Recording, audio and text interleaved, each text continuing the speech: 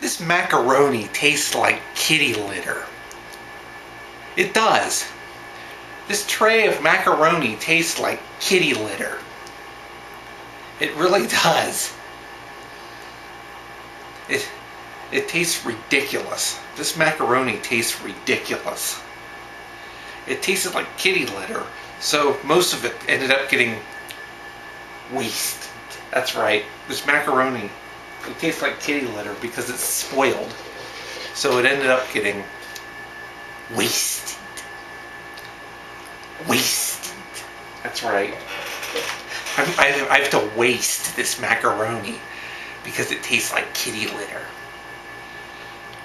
Sometimes you get food that tastes like kitty litter, and I think I know how it happened too. But you know, it's because this is the second macaroni that I've gotten from. Because recently I got two macaronis and a box of sausage burritos from Kroger, and both the macaronis tasted like kitty litter, and the sausage burritos were spoiled. And I think it's because Kroger. I think it's because there's something wrong with the freezers in the frozen food section at Kroger. Because that was the day that their freezers were leaking. There was water all over the floor at Kroger because their freezers were leaking. So I think I got all of these on that day. So the Kroger allowed their food to spoil, and they sold it anyway. That's right, they did. And the sausage burritos that I got, those turned out to be downright toxic from the spoilage. I just about vomited. So Kroger sold spoiled food and got away with it. Welcome to Bush America. So this macaroni is wasted. It's spoiled. And you know what else it is? It's ruined. It's ruined. Because they didn't freeze it adequately. They left it in the freezer and got too warm. So it tastes like kitty litter.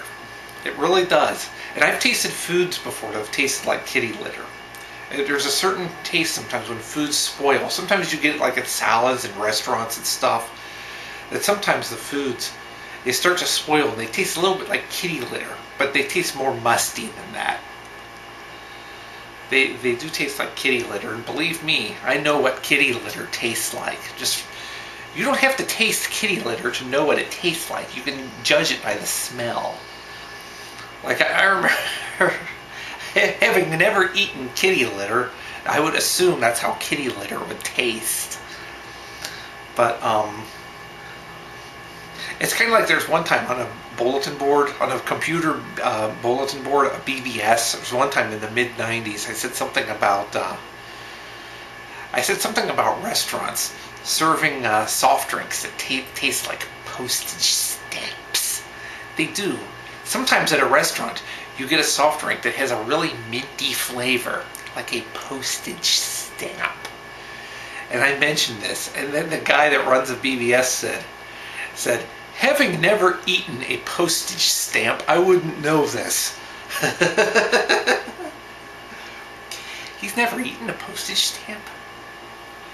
But I think the first time I ever remember getting a soft drink that tasted like a postage stamp was at the Perkins restaurant in Highland Heights back around 1983. That's the first place I ever remember it, and it's happened at other places ever since after that. Now, I didn't go to Perkins that much after that, but now that Perkins is gone now. It became a Frisch's Big Boy, Bedido Bedid. But last time I went to Perkins it wasn't too long before it closed. I was there real late at night, and that time my Coke didn't taste like a postage stamp. The Coke did not taste like a postage stamp the last time I ate there, but it did a long time ago. In other places I've had postal Postal soft drinks. I know there's a place in Virginia Beach that served as a Postal soft drink. I call it Postal. That's what I call it. When a soft drink tastes like a postage stamp, I call it Postal. I say that it's Postal. And we even had a song. Remember that song? Remember that song that went, "She ain't pretty, she just looks that way." Like in the early '90s. "She ain't pretty, she just looks that way." I remember I hit a parody of it about Postal soft drinks that went, "It ain't Postal, it just looks that way." Because I would get a soft drink at a restaurant, and be still my beating heart, it wouldn't be Postal. So I would take a sip from it and I would say, "It ain't Postal, it just looks that way." And there's one time up in Michigan, it was in, this was years ago, this was like in the early '90s. It was in Jackson, Michigan, which is one of two towns that claims to be the birthplace of the Republican Party.